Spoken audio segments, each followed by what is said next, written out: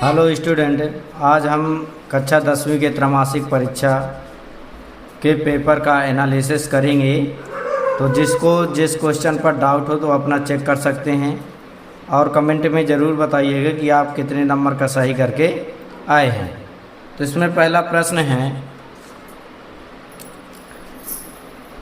यदि द्विघात समीकरण ax² + bx + c के मूल समान हो तो विभक्तकर के समीकरण के विभक्तकर का मान क्या होगा।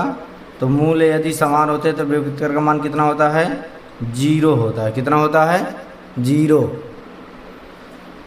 समांतर श्रेणी 3/2, 1/2, -1/2, -3/2 के लिए प्रथम पद और सार्वंतर ज्ञात कीजिए। यानी अगर हम पहले प्रश्न की बात करें तो पहले प्रश्न का आंसर क्या आएगा, ए नंबर का विकल्प 0। दूसरे प्रश्न में विकल्प में समांतर प्रथम पद ए कितना होगा, 3/2 और सार्वंतर यानी डी निकालना। तो डी बराबर क्या करते हैं, बाद वाले से पहले वाले को घटा देना, यानी 1/2 में 3/2 घटा देना है। तो कितना आएगा, 3 में 1 में 3 घटाओगे तो माइनस का 2/2, 2 से 2 क्या हो गया, कट गया तो माइनस का 1। तो 3/2 और माइनस का 1 जिसमें होगा वही आंसर हो जाएगा। तो 3/2 माइनस का 1 कौन सा विकल्प हो जाएगा, आ नंबर का विकल्प है, सही हो जाएगा। इसके बाद किसी त्रिभुज की एक भुजा के समांतर अन्य दो भुजाओं को भिन्न भिन्न बिंदुओं पर प्रतिच्छेद करने के लिए एक रेखा खींची जाए तो यह अन्य दो रेखाओं को एक ही अनुपात में विभाजित हो जाती है। इस कथन को निम्नानुसार नाम से जाना जाता है। आधारभूत अनुपातिकता का प्रमेय, पाइथागोरस प्रमेय, आरएचएस प्रमेय, इनमें से कोई नहीं। तो कौन सा नंबर होगा, ए नंबर। इसे आधारभूत अनुपातिकता का प्रमेय कहते हैं। 96 और 104 का HCF ज्ञात करना है। चौथे नंबर में क्या है, 96 और 104 का HCF। तो HCF कैसे ज्ञात करेंगे, HCF ज्ञात करने के लिए हम भाग देंगे। इसको दो विधियों से ज्ञात किया जा सकता है, लेकिन सरलतम विधि से हम ज्ञात करेंगे। जैसे एलसीएम ज्ञात करते हैं तो पहले 4 से कट करेंगे तो 24 चौको 96 और 4 दूनी 8, 4 छंग 24। फिर 2 से कट करेंगे 12 दूनी 24 और 13 दूनी 26। अब ये दोनों किसी एक ही संख्या से नहीं कट होती, तो इसका आंसर कितना हो जाएगा, 4 दूनी 8। कितना होगा आंसर, 4 दूनी 8। तो इसमें 8 तो दिया ही नहीं है।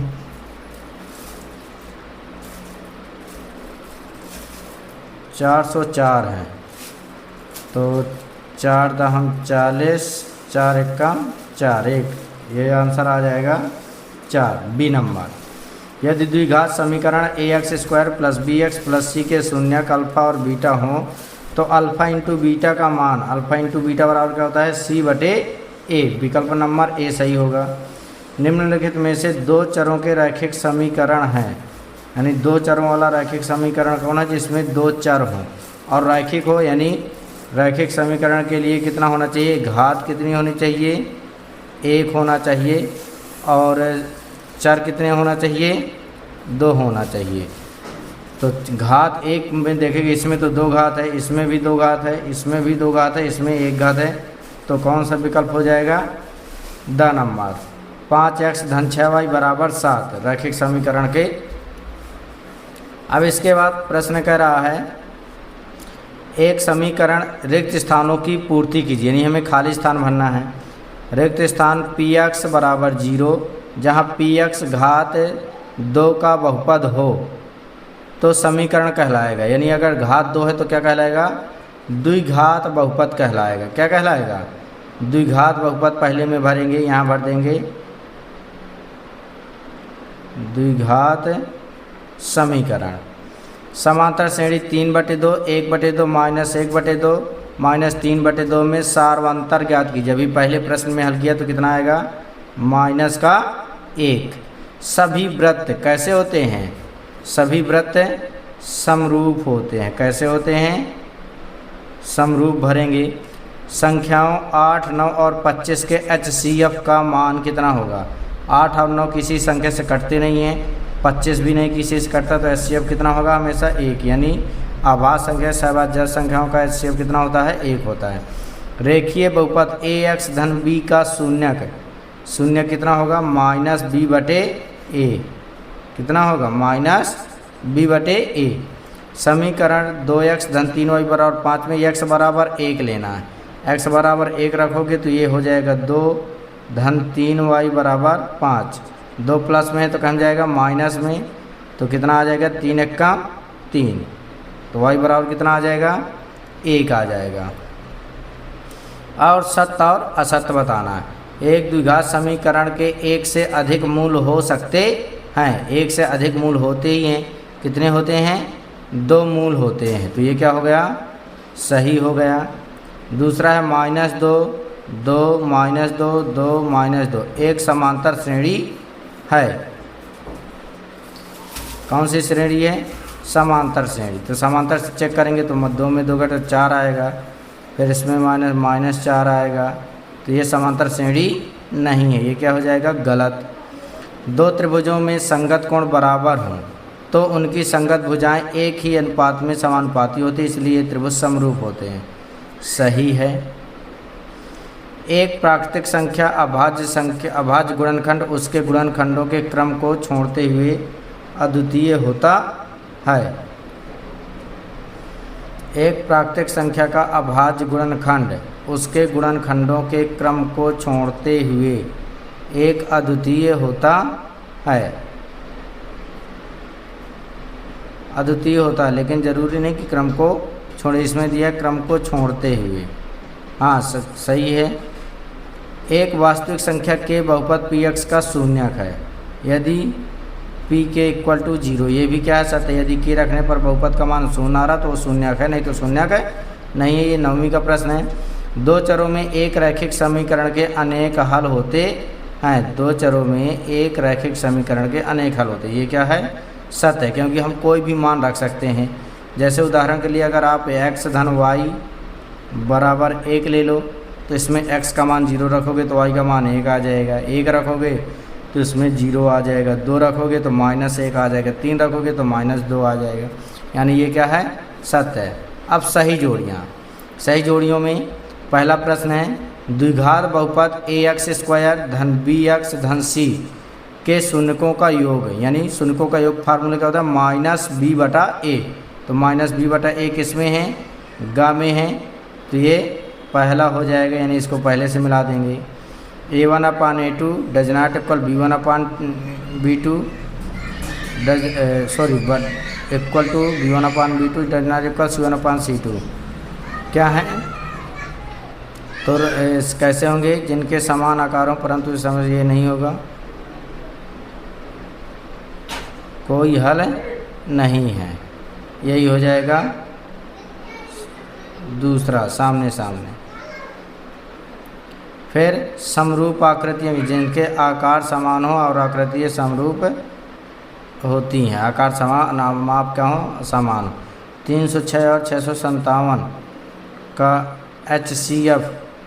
HCF क्या होगा 9, क्या होगा HCF 9 होगा, ये चौथे का हो गया। √2 एक संख्या है, कैसी संख्या अपरिमेय संख्या, इसको 5वें से मिलाएंगे। 9 और 27 का LCM क्या होगा 27 होगा, इसको अंगा से मिला देंगे, किससे मिलाएंगे अंगा से मिला देंगे, 6 नंबर को इससे मिला देंगे।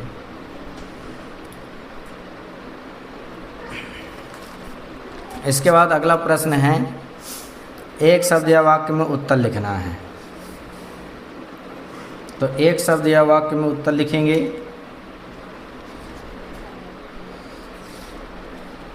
तो पहला प्रश्न कह रहा है समीकरण ax² धन bx धन c बराबर 0 में मान b² - 4ac क्या कहलाता है विविक्तकर कहलाता है, क्या कहलाता है विविक्तकर।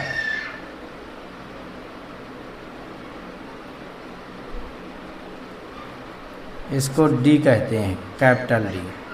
इसका फार्मूला होता है b² - 4ac। दूसरे नंबर में 10वें पद का मान, 10वें पद का मान कितना होगा इसको हमें निकालना है, तो फार्मूला कौन सा लगेगा a1 बराबर a plus n minus one into d. तो ए एन का मान ज्ञात करना है। ए कितना है, जो शुरू में है 2, तो 2 हो गया। फिर एन का मान 10 माइनस 1, डी का मान कितना हो गया 5। तो 2 धन 11 9 गुणे 5, तो 9 पना 45। तो 2 धन 45 कितना हो जाएगा 47 हो जाएगा आंसर। इसका आंसर कितना होगा 47। फिर क्या सभी समबाहु त्रिभुज समरूप होते हैं? क्या सभी समद्विबाहु त्रिभुज समरूप होते हैं? नहीं, समद्विबाहु त्रिभुज समरूप नहीं होते हैं।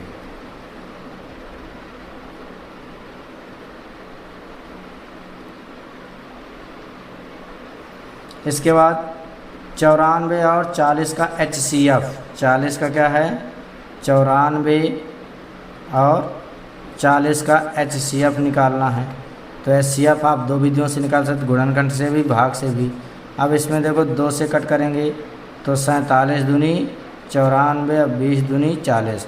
अब 47 किसी से नहीं कटते, तो आंसर हमारा क्या हो जाएगा 2 हो जाएगा। आप डायरेक्ट भी कर सकते हो, गुणनखंड से करना तो गुणनखंड से 94 और 2 गुणे 47 और 40 का गुणनखंड करेंगे तो 2 गुणे 2 गुणे 2 गुणे 5।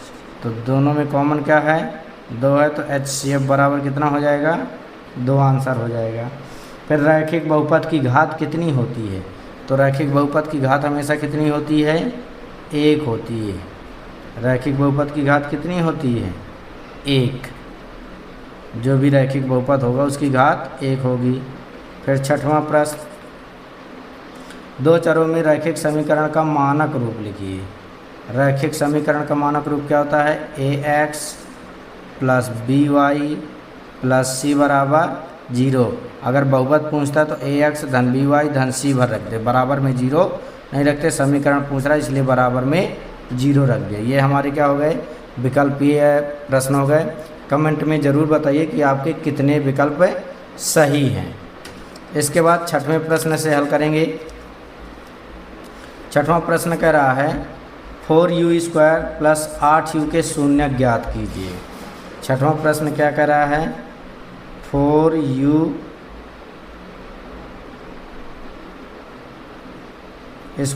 प्लस 8u के क्या निकालना है शून्य। तो शून्य निकालना तो सबसे पहले इसके गुणनखंड करेंगे। तो गुणनखंड में 4u क्या हो जाएगा कॉमन, तो 4u कॉमन आ गया तो क्या बचेगा u प्लस 2 इक्वल टू 0। इसके 2 भाग करेंगे तो 4u बराबर 0, तो u बराबर कितना हो जाएगा 0। दूसरा u प्लस 2 इक्वल टू 0 और u बराबर माइनस का 2। तो इसके जो मूल हैं, मूल क्या निकल के आएंगे 0 और माइनस 2। इसी का अथवा है 6वें का अथवा सवाल। प्रश्न कह रहा है x² माइनस 3 के शून्यक। x² माइनस 3 के क्या निकालना शून्यक। तो ये x² है, इसको लिख सकते हैं √3 का वर्ग। तो √3 का वर्ग यानी ये बन गए a² माइनस b² का फार्मूला क्या होता है एक बार प्लस में एक बार माइनस में। तो जब हल करेंगे तो a की जगह x है, b की जगह √3, तो एक बार प्लस में रख देना है और एक बार माइनस में रख देना है। अब इसमें जब हल करेंगे इसको तो शून्य मूल निकालना है, तो x प्लस √3 इक्वल टू 0। तो x बराबर कितना आ जाएगा माइनस का √3 और x माइनस √3 बराबर 0। तो x बराबर कितना आ जाएगा √3। यानी कह सकते हो इसको जो मूल होंगे वो कैसे होंगे प्लस माइनस √3, यानी एक बार प्लस का एक बार माइनस का। अल्फा हो गया प्लस का, बीटा हो गया माइनस का। 7वां प्रश्न है 7वां प्रश्न कह रहा है एक द्विघात बहुपद ज्ञात कीजिए जिसके शून्यकों को योग तथा गुणनफल क्रमशः -3 और 2 है। तो 7वें प्रश्न की अगर हम बात करें तो 7वें प्रश्न की अगर हम बात करेंगे तो 7वें प्रश्न में कह रहा है कि अल्फ़ा धन बीटा दिया गया है। अल्फ़ा धन बीटा कितना दिया? -3। अल्फ़ा इंटू बीटा बराबर कितना दिया गया है? 2। तो द्विघात समीकरण बनाना है। तो द्विघात बहुपद कह रहा है, तो बहुपद का फार्मूला क्या होता है? द्विघात बहुपद बनाने का formula x² minus alpha plus beta into x plus alpha into beta. अब इसमें मान रख दो, तो x² माइनस माइनस का 3x प्लस 2, तो x² minus minus plus 3x plus 2, ये क्या हो जाएगा? आंसर हो जाएगा द्विघात बहुपद। इसी का अथवा में प्रश्न दिया गया है, एक द्विघात बहुपद ज्ञात कीजिए जिसके शून्यकों को योग तथा गुणनफल क्रमशः ये दिए गए हैं, यानी अल्फ़ा धन बीटा की जगह 4 है और अल्फ़ा इंटू बीटा की जगह 1 है। तो क्या बन जाएगा? x² माइनस 4x धन 1 बन जाएगा। ये हमारा क्या हो जाएगा? अथवा का आंसर। फिर इसके बाद 8वां प्रश्न दिया गया है,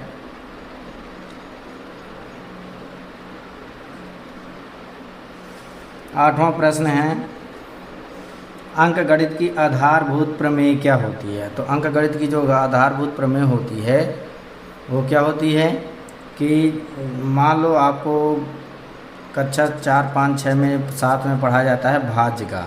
तो अगर उसको हम P/Q है, जैसे कोई भी प्रमेय संख्या क्या है? P/Q। तो P बराबर कितना हो जाएगा? Q इंटू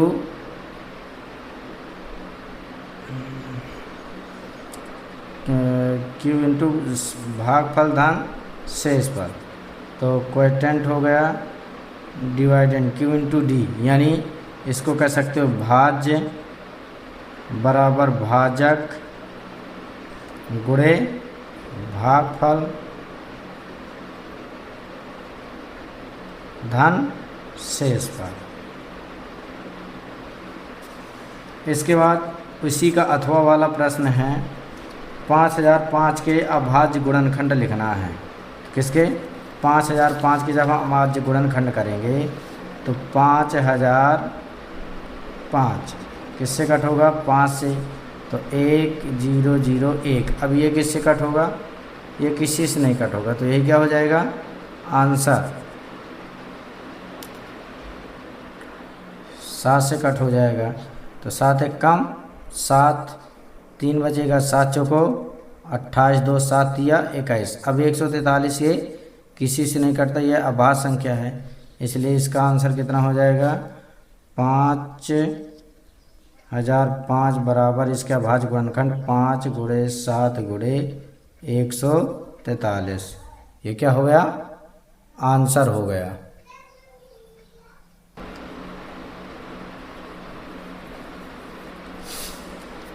इसके बाद 9वां प्रश्न है, संख्याओं 867 और 255 का HCF ज्ञात कीजिए। तो जब 9वें प्रश्न को हल करेंगे तो 867 और 255, तो 867 और 255 जब HCF कह रहा है, इसमें ये नहीं कह रहा है कि आपको किस विधि से ज्ञात करना, आप भाग विधि से भी ज्ञात कर सकते हो और गुणनखंड विधि से। अगर हम भाग विधि की बात करें तो बड़ी संख्या में छोटी संख्या का क्या करते हैं? भाग। 25 × 75, 3 × 5 15, 3 × 5 15 1 16, 3 दूनी 6 1 7। घटा देंगे तो कितना बचेगा? 2, 6 में 6 गए 0, 8 में 7 गया 1। अब इस जो शेषफल है इसका भाग देना है छोटी संख्या में। छोटी संख्या क्या है? 255। जब इसमें भाग देंगे तो कितना आएगा? कितनी बार जाएगा? 2 बार। तो 2 बार गया, तो 102 में 2 का गुणा करोगे तो 204 आएगा। अब इसमें जब घटाएंगे तो कितना बचेगा? 51 बचेगा। अब इसका भाग देंगे जो पहला शेषफल है 102, तो 102 में भाग देंगे तो कितना आ जाएगा? 51 दूनी 102, शेषफल क्या आ गया? 0। तो किससे पूरा पूरा कट गया? 51 से। तो इन दोनों का HCF कितना हो जाएगा? 51 हो जाएगा। इसके बाद इसी का अथवा दिया है, संख्याएं 4052 और 12576 का HCF। तो इसी प्रकार से इसका भी कर सकते हो। फिर इसके बाद अगला प्रश्न है,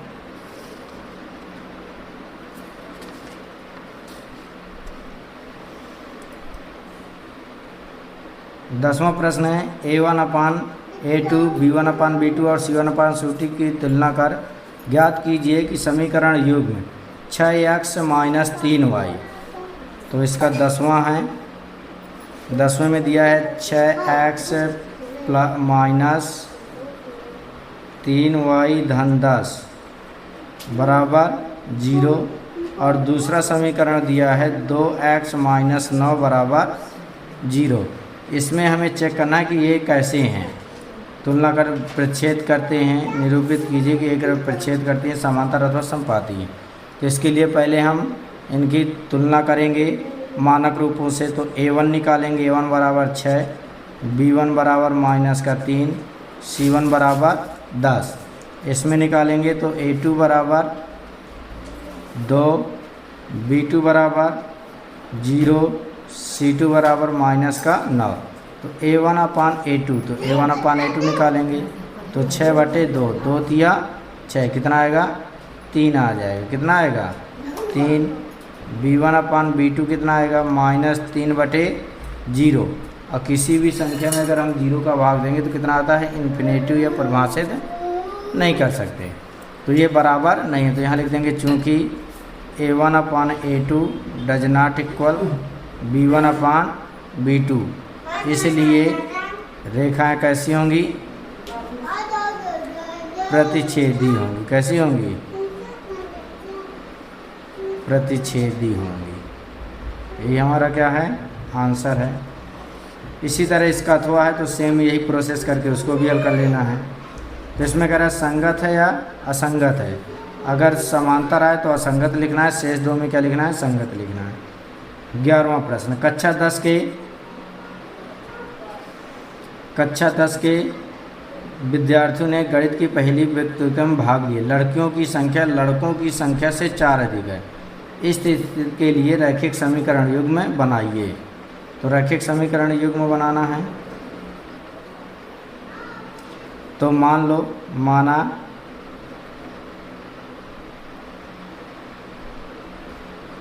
लड़कियों की संख्या x, लड़कों की संख्या y। तो प्रश्नानुसार जैसा पहले प्रश्न कह रहा है कितनी है x धन y बराबर 10, समीकरण 1 बनेगा। पुनः प्रश्नानुसार क्या बनेगा, कह रहा है लड़कों की संख्या से 4 अधिक है, यानी जो लड़कियों की संख्या है वह लड़कों की संख्या से 4 क्या है अधिक है। तो x प्लस का तो माइनस का y बराबर 4, ये समीकरण दूसरा, ये समीकरण युग्म बनेंगे। ये हमारे क्या हैं आंसर है। इसमें मान ज्ञात करने के लिए नहीं करा, इसलिए यहीं तक हम करेंगे। इसके बाद अथवा में जो कह रहा है इसी तरह इसको भी करना है। एक आयताकार बाग जिसकी लंबाई चौड़ाई से 5 मीटर अधिक है का अर्ध परिमाप 36 है। इस स्थिति को रैखिक समीकरण युग्म के रूप में प्रदर्शित कीजिए। यानी इसी प्रकार से आपको लंबाई चौड़ाई मान लेना है और हल कर देना। तो अर्ध परिमाप है 36, तो लंबाई धन चौड़ाई कितना हो जाएगा 36 हो जाएगा। और ये लंबाई चौड़ाई से 5 मीटर अधिक है, तो समीकरण 1 बनेगा। लंबाई बराबर चौड़ाई धन 5, तो L माइनस बी बराबर कितना बनेगा 5। ये समीकरण क्या बनेगा 2। ये अथवा के दोनों विकल्प बनेंगे मान के। अब इसके बाद 12वां प्रश्न है। तो 12वां प्रश्न है, निम्नलिखित स्थिति को गणितीय रूप में व्यक्त कीजिए। एक रेलगाड़ी 480 किलोमीटर की दूरी समान चाल से तय करती है। हमें इसकी चाल 8 किलोमीटर प्रति घंटा कम होती है, तो वह उसी दूरी को तय करने में 3 घंटे अधिक समय लेती है। हमें रेलगाड़ी की चाल ज्ञात करनी है। गणितीय रूप में क्या करना है व्यक्त करना है, यानी आपको समीकरण बनाना है। क्या बनाना है समीकरण बनाना है। तो जब समीकरण बनाना है तो मान लेंगे, माना रेलगाड़ी की चाल कितनी है, माना रेलगाड़ी की चाल क्या मानेंगे, x किलोमीटर पर आवर्स। फिर इसमें दिया है दूरी 480, तो दूरी बराबर कितनी है 480 किलोमीटर। अब हम समय निकालेंगे, तो समय क्या निकलेगा, समय बराबर फार्मूला क्या होता है, दूरी बटे चाल। क्या होता है, दूरी बटे चाल। तो दूरी कितनी है 480 बटे x घंटे निकलेगा, ये समय हो गया। फिर कह रहा है यदि चाल में हम 8 किलोमीटर प्रति घंटा क्या करें, कम कर दें। तो यदि चाल 8 किलोमीटर प्रति घंटा कम हो जाए तो नई चाल क्या बनेगी, तो नई चाल बनेगी x माइनस 8 किलोमीटर पर आवर्स। तो दूरी तो वही रहेगी, तो नया समय क्या रहेगा, नया समय। तो नया समय हो जाएगा दूरी बटे चाल। तो दूरी तो 480 ही है, अब बटे में कितना हो जाएगा x माइनस 8, यानी चाल क्या हो गई, कम गई। तो ये हो गया घंटे। अब ये समझिए जब चाल कम करेंगे तो समय अधिक लगेगा। तो जो पुराना समय है यानी 480 बटे x और जो नया समय है 480 बटे x माइनस 8, इन दोनों के समय में बहुत डिफरेंस है। तो कितना डिफरेंस है, 3 घंटे ज़्यादा, यानी ये समय 3 घंटे क्या है अधिक। अगर इसमें 3 घंटे जोड़ दें तो ये इसके समय माइनस कर दें, 3 घंटे अधिक, तो ये क्या करें माइनस कर दें तो इसके बराबर हो जाएगा।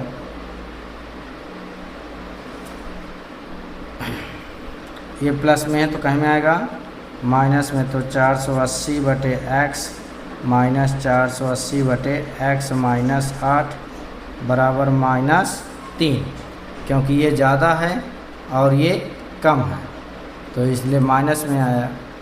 अब इसमें हम क्या करेंगे, एलसीएम ले सकते हैं। तो x माइनस 8, तो ये कितना हुआ 480 x माइनस 8 का गुणा करोगे तो 0, 8 8 64 की 4 हासिल 6, 8 चौको 32, 6 38, अब माइनस 480 x बराबर -3। ये दोनों क्या हो गए, कट गए, -3 का मल्टीप्लाई कर सकते हो तो -3840 बराबर -3x² माइनस प्लस 8 24x।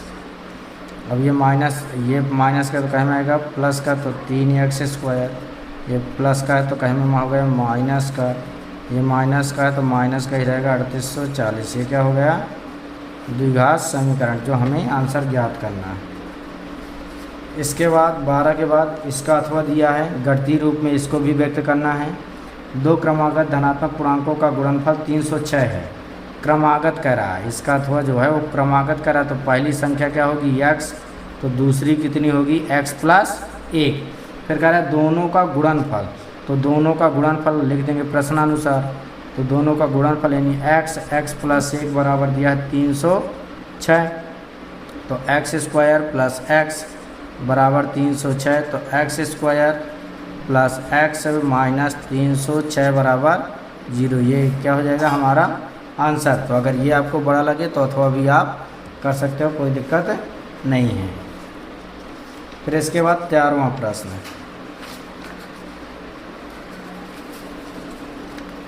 13वां प्रश्न कह रहा है समरूप आकृतियों को परिभाषित कीजिए। किसको, समरूप आकृतियाँ कैसी होती हैं। तो समरूप आकृतियाँ, दो आकृतियाँ समरूप तब होंगी जब उनके संगत कोण बराबर हों या उनकी भुजाओं का अनुपात क्या हो, बराबर हो, तो ये क्या कहलाएंगी, समरूप कहलाएंगी। यानी यदि कोई दो कोण बराबर हो जाएं या तो इनकी संगत भुजाओं का अनुपात क्या हो जाए, बराबर हो जाए, तो भुजाएं क्या कहलाएंगी। जैसे हम इनका नाम दे दें ABCPQR, तो ये चाहे B और Q बराबर हो, C और R बराबर हो जाए तो त्रिभुज क्या हो जाएगा, समरूप हो जाएगा। या AB बटे PQ बराबर AC बटे PR हो जाए तो रेखा क्या हो जाएंगे, समरूप हो जाएंगे। इसी का अथवा कह रहा है कि बहुभुजों की समरूपता के आवश्यक प्रतिबंध क्या हैं। उनकी भुजाओं का अनुपात क्या होना चाहिए, बराबर होना चाहिए। ये आवश्यक प्रतिबंध है कि अगर भुजाओं का अनुपात बराबर है तो रेखाएं क्या होती हैं, वो सॉरी बहुभुज क्या होते हैं, समरूप होते हैं। 14वां प्रश्न, 14वां प्रश्न कह रहा है किसी त्रिभुज पी क्यू आर की भुजाएं पी क्यू और पी आर पर क्रमशः बिंदु ई और एफ है। यानी अगर हम चित्र बनाएंगे तो कुछ ऐसा बनेगा पी क्यू आर, और इसमें अगर हम बात करें ई और एफ की तो पी क्यू पर ई है और इसमें क्या है, एफ है। इनको मिला देना है, पर स्थित है। बताइए ये दोनों आपस में क्या हैं, समांतर भी हैं। यदि पी क्यू बराबर 0.8, पी क्यू बराबर कितना है 1.28, यानी पी क्यू बराबर 1.28 सेंटीमीटर और पी आर बराबर 2.56 सेंटीमीटर, पी ई बराबर 0.18 और पी एफ बराबर 0.36 सेंटीमीटर। तो हमें बताना है कि ये दोनों रेखाएं समांतर हैं या नहीं हैं। अगर इनका अनुपात बराबर हो गया तो ये क्या हो जाएंगी, समांतर होंगी। अगर अनुपात बराबर नहीं है तो समांतर नहीं होंगी। तो अगर हम पहले बड़े त्रिभुज की देखें तो बड़े त्रिभुज की भुजाएं ले लें पहले, तो पी क्यू बटे पी आर, तो पी क्यू की वैल्यू दी गई है 1.28 बटे 2.56, दशमलव हट जाएगा, 2×56 यानी कितना आ जाएगा 1/2।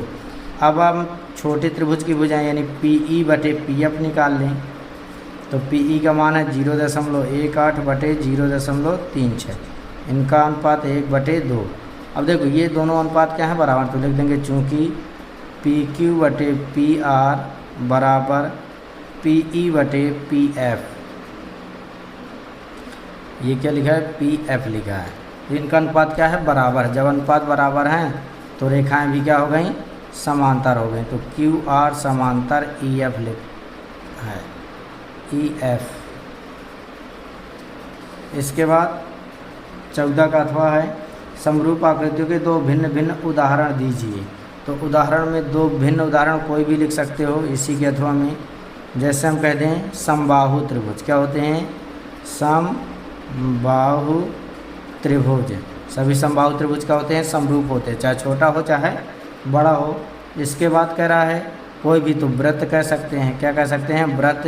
तो वृत्त चाहे जैसा हो, और भी लिखना है तो वर्ग भी कह सकते हो, क्या कह सकते हो, वर्ग, चाहे छोटा हो चाहे बड़ा हो, ये सभी आपस में क्या होते हैं, समरूप होते हैं। यानी चाहे जो समबाहु त्रिभुज है वो सब समरूप होंगे, वृत्त सभी समरूप होंगे, वर्ग सभी समरूप होंगे। इसके बाद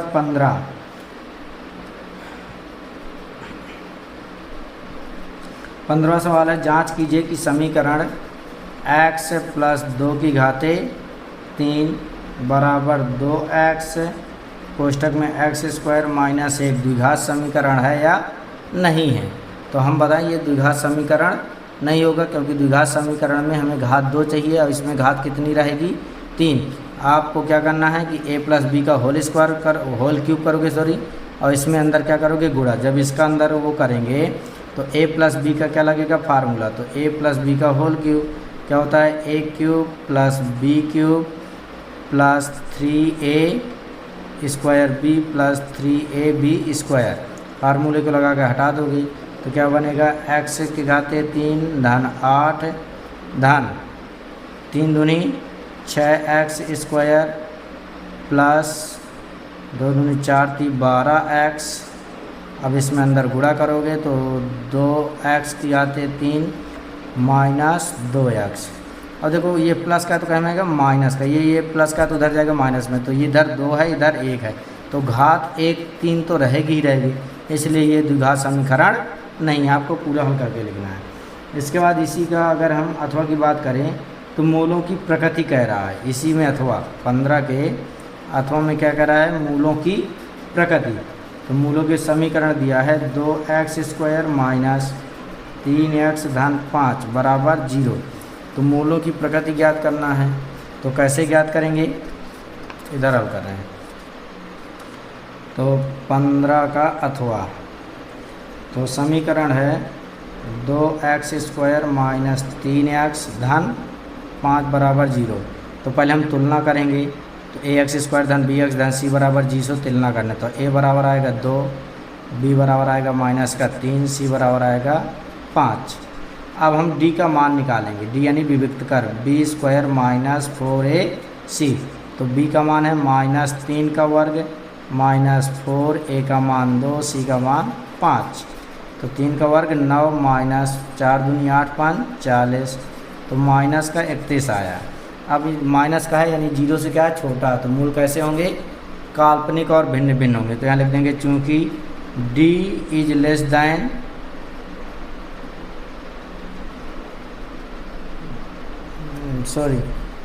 d less than is 0, d का मान 0 से क्या है, छोटा है, इसलिए मूल क्या होंगे, काल्पनिक होंगे, काल्पनिक और भिन्न भिन्न होंगे। इसके बाद 15 हो गए। 16वां सवाल है an बराबर 3 धन 4n है, तो प्रथम दो पद ज्ञात करना है। कितने पद ज्ञात करना है, दो पद ही ज्ञात करना है। an बराबर दिया है 3 धन 4n, तो एक बार आपको n बराबर 1 रख देना है, एक बार 2 रख देना। तो जब n बराबर 1 रखेंगे तो a1 यानी प्रथम पद 3 धन 4 गुणे 1, तो 3 धन 4, 4 3 7 आ जाएगा। जब n बराबर क्या रखेंगे 2, तो a2 बराबर यानी 3 धन 4 गुणे 2 यानी 3 धन 8, 8 3 11, तो दो पद क्या हो जाएंगे, 7 और 11, ये क्या हो जाएंगे आंसर। इसी का अथवा है, प्रश्न कह रहा है समांतर श्रेणी 7 धन 13 धन 19, 7 धन 13 धन 19 और 205 में कितने पद हैं।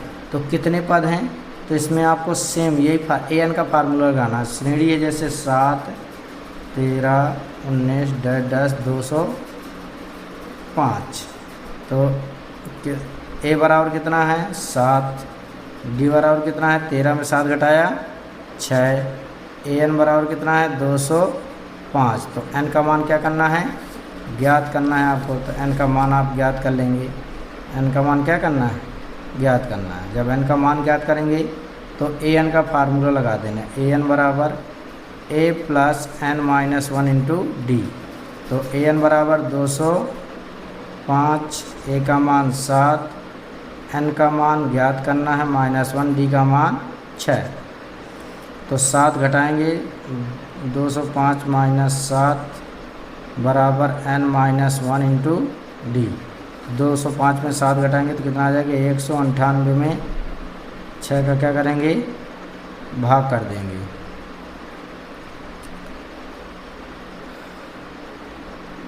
n माइनस 1, तो 6 18 6 18 33, और ये माइनस का एक है तो कहेंगे प्लस में, तो कितना हो जाएगा, n का मान 34 आंसर आ जाएगा। इसी तरह ये है 17वें का अथवा किसी समांतर श्रेणी का 17वां पद उसके 10वें पद से 7 अधिक है, तो सार्वंतर ज्ञात कीजिए। ये बहुत सरल होते हैं इस तरह के सवाल। इसी का अथवा यहाँ देख लो। तो प्रश्न के 17वां पद, 17वें पद को क्या लिखेंगे, a प्लस 16d। फिर कह रहा है 10वें पद से 7 अधिक है। 10वां पद क्या होता है, a प्लस 9d। अगर हम इनको घटा दें तो घटाएंगे तो कितना बचना चाहिए, 7, तो ये दोनों क्या हो जाएंगे, कट जाएंगे। कितना बचेगा, 7d।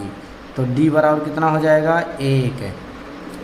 ये आपका क्या हो जाएगा आंसर। तो आपको लिखना है मानस श्रेणी का प्रथम पद a और सार्वंतर d है।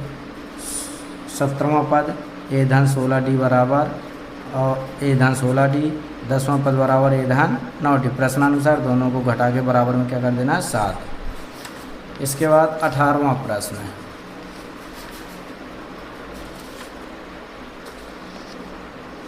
18वां प्रश्न है 13, 39 और 52 का HCF। 18वां प्रश्न है 13, 39 और 52 का LCM और HCF ज्ञात करना है। तो अगर गुणनखंड करोगे तो 13 के गुणनखंड कितने होंगे, 1 गुणे 13। 39 के गुणनखंड करोगे तो कितना होगा, 3 गुणे 13। 52 के गुणनखंड करोगे तो कितना होगा, 2 गुणे 2 गुणे 13। अब अगर हम HCF की बात करें तो HCF क्या होता है, जो सभी में हो, तीनों लाइनों में, तो तीनों लाइनों में क्या है 13 है, तो HCF हो गया 13। अब हमें LCM ज्ञात करना है, तो LCM तो 2 दूनी यानी 2 गुणे 2 गुणे 3 गुणे 13, तो 2 दूनी 4, 4 × 3 = 12, 12 का 13 में गुणा करेंगे तो कितना आएगा 156। इसके बाद 18वें का अथवा है 4, 16 और 20 का सेम कंडीशन से। अथवा में क्या है प्रश्न, 4, 16 और 20 का क्या निकालना है HCF। तो इसका गुणनखंड 2 गुणे 2, 2 गुणे 2 गुणे 2 गुणे 2, 2 गुणे 2 गुणे 5। अब हमें इसका निकालना HCF यानी जो दोनों में हो, तो ये है और ये, तो 2 गुणे 2 यानी 2 दूनी 4। LCM निकालेंगे तो LCM में इन सभी का क्या करना है मल्टीप्लाई, तो 2 दूनी 4, 4 दूनी 8, 8 दूनी 16, 16 पंचे 80 क्या आ जाएगा LCM आ जाएगा। घात के रूप में भी ले सकते हो, यानी 4 बराबर 2 की घाते 2, 16 बराबर कितना हो जाएगा 2 की घाते 4, 20 बराबर 2 की घाते 2 गुणे 5। तो जब HCF निकालते हैं तो छोटी घात, तो सभी में छोटी घात क्या है 2 की घाते 2 यानी 4। जब LCM निकालोगे तो बड़ी घात 2 की घाते 4 गुणे 5, तो 16 पंचे 80, चाहे जैसे निकालो। इसके बाद 18 के बाद 19वां सवाल, x² - 3 के शून्य ज्ञात किया, शून्य तथा गुणांकों के बीच की संबंध की सत्यता की जांच करना। तो आपको इसी तरह से करना है। ये 2.1 का प्रश्न है। किसका प्रश्न है 2.1। तो 19वां सवाल है, 19वें के दोनों x² - 3 भी 2.2 का सवाल है, और x² धन 7x धन 10 भी किसका है 2.2 का। पहले जैसे 20वां कौन सा पद क्या है 0 है, इसको आपको सेम टू सेम करना है। अभी किया ना हमने an वाला, कौन सा पद 0 है, अगर है तो ठीक है, नहीं है तो नहीं है, यानी an का फार्मूला लगाना है। किसका an का। और 19 के बाद 20वें प्रश्न में 1 मिनट, इसमें an बराबर क्या मान लेंगे 0 मान लेंगे, और n की वैल्यू क्या करना है ज्ञात कर लेना है। an का फार्मूला लगाते हैं, an बराबर a + n - 1 × d। इसमें आंसर लगभग आएगा कौन सा पद 0 है, 0 नहीं है सॉरी, an बराबर है -21।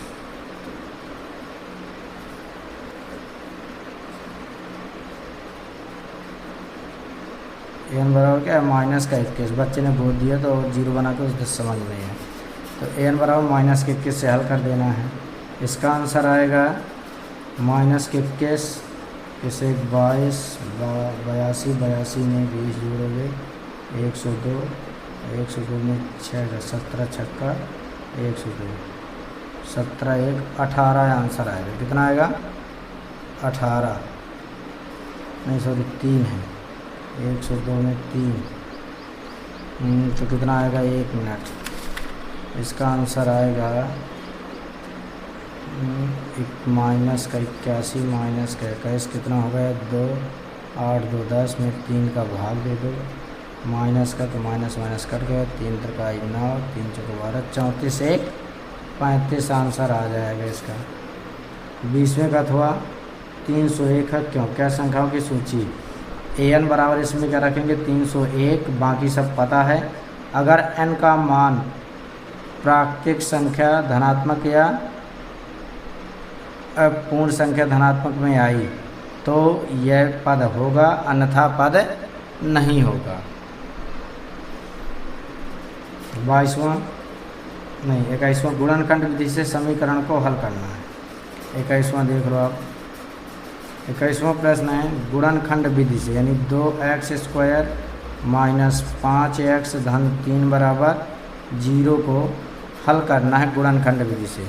तो गुणनखंड विधि से जब हल करेंगे तो क्या ऐसी संख्या ढूंढो जिनका गुणा करें 6 आए और घटाएं तो 5 बचे। तो 6 कम 6, तो 2x² माइनस 6x धन x धन 3 बराबर 0।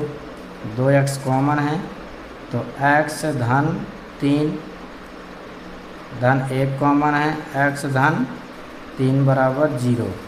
तो x धन कितना हो गया 3 और 2x धन 1, ये क्या बन गया गुणनखंड। अब इनके बराबर क्या कर देना 0। तो x धन 3 बराबर 0, तो x बराबर माइनस का 3, 2x धन 1 बराबर 0, तो 2x बराबर माइनस का 1, x बराबर -1/2, यानी मूल क्या हो गया -3 और -1/2।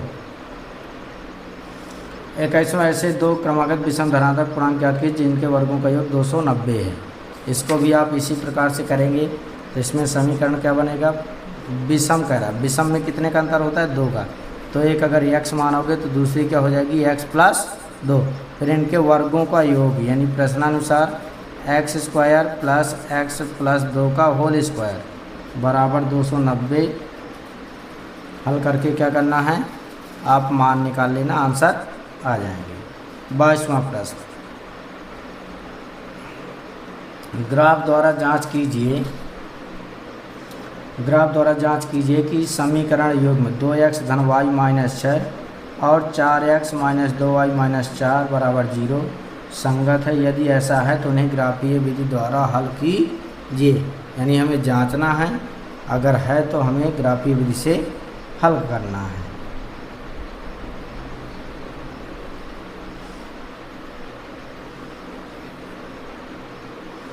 तो पहले हम चेक करेंगे है कि नहीं है। तो 22वां, तो समीकरण क्या है 22वां के 2x धन y माइनस 6 बराबर 0, 4x माइनस 2y माइनस 4 बराबर 0। तो पहले हम समीकरण 1 समीकरण 2 को तुलना करेंगे। ax1 + b1y + c1 बराबर 0, a2x + b2y + c2 बराबर 0 से तुलना करने पर तो a1 बराबर 2, b1 बराबर 1, c1 बराबर माइनस का 6, a2 बराबर 4, b2 बराबर माइनस का 2, c2 बराबर माइनस का 4। अब तुलना करेंगे तो अनुपात निकालेंगे। a1/a2 बराबर 2/4, 2 × 2, 2 दूनी 4 यानी 1/2। फिर b1/b2 बराबर 1/-2 यानी -1/2। ये दोनों बराबर नहीं है, जब नहीं तो लिख देंगे चूँकि a1/a2 does not equal b1/b2, इसलिए रेखाएं कैसी होंगी, संगत होंगी। कैसी होंगी, संगत रेखाएं होंगी। जब संगत होंगी तो इसको ग्राफ विधि से हल किया जा सकता है।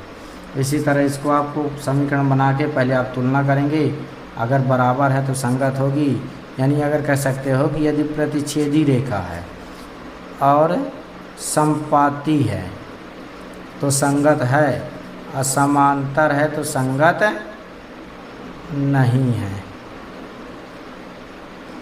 इसी तरह 23वां है, यदि एक रेखा किसी त्रिभुज की दो भुजाओं के एक ही अनुपात में विभाजित करे तो वह तीसरी भुजा के समांतर होती है।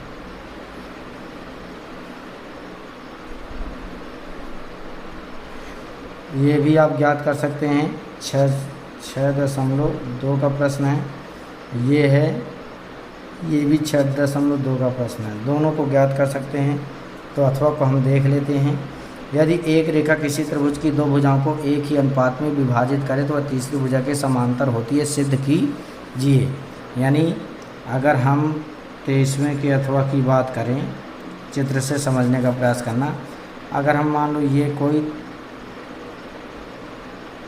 त्रिभुज बना दें और ये भुजा इसको बराबर अनुपात में बांटती है। अनुपात का मतलब ये और ये इसका अनुपात, ये दोनों आपस में बराबर होंगे, ये और ये दोनों आपस में बराबर होंगे। तो अगर हम कह रहा है कि ये समांतर हैं, ये हमें क्या करना है, सिद्ध करना है। तो अगर इसको हम आगे की ओर इसके समांतर यानी अगर नाम दें A B C E F, इसको हम इसके समांतर रेखा खींच दें और इसके आगे की ओर बढ़ा दें, यहाँ रख दें पी। तो अगर ये दोनों त्रिभुज हम सर्वांग सम सिद्ध कर दें, यानी ये तो पहले से संगत है, अनुपात बराबर है, तो ये समांतर चतुर्भुज की सम्मुख भुजाएं क्या होती बराबर, तो ये और ये आपस में क्या हो गए, बराबर हो गए। ये तो पहले से ही दिया गया है। अब अगर कोई कोण, तो देखो इधर, तो संगत कोण समांतर चतुर्भुज सम्मुख कोण क्या होते हैं, बराबर होते हैं, या कह सकते हो ये रेखाएं क्या हैं, समांतर हैं, तो बनने वाले एकांतर कोण क्या होंगे, बराबर होंगे। तो अगर हम इसमें बात करें कि इनको कैसे सर्वांग सम कर सकते हैं, तो कई विधियां हैं। देखो ये दोनों कोण आपस में क्या हैं, बराबर है, शीर्षाभिमुख है। ये दोनों कोण क्या हैं, एकांतर कोण हैं। अब इसमें ये और ये आपस में बराबर हैं, क्योंकि इनका अनुपात बराबर, तो इनका अनुपात बराबर होगा। इनका अनुपात बराबर है तो ये तो पहले सीसी में है। और अगर ये दोनों बराबर हैं तो ये तीसरी भुजा भी क्या है, अब जैसे इसके अगर संगत की बात करें तो ये भी एकांतर कोण आपस में क्या हो गए, बराबर हो। तो चाहे त्रिपाली के नियम से कह सकते हैं। अब जब ये त्रिभुज दोनों क्या हैं, सर्वांग सम हैं, और ये दोनों एक ही रेखा के भाग हैं, तो ये दोनों संगत होंगे। और समांतर चतुर्भुज की सम्मुख भुजाएं क्या होती है, समांतर होती हैं। इस प्रकार से ये क्या हो जाएगा, सिद्ध हो जाएगा। अब आप बताइए कमेंट करके, यदि वीडियो पसंद आया हो तो वीडियो को लाइक और सब्सक्राइब करें, वीडियो को लाइक करें और कमेंट में बताइए कि आपके कितने नंबर आए। नंबर आपको बताना है कि आपके पेपर में कितने नंबर आ रहे हैं, कमेंट करके ज़रूर से ज़रूर बताइएगा। Thanks for watching this video.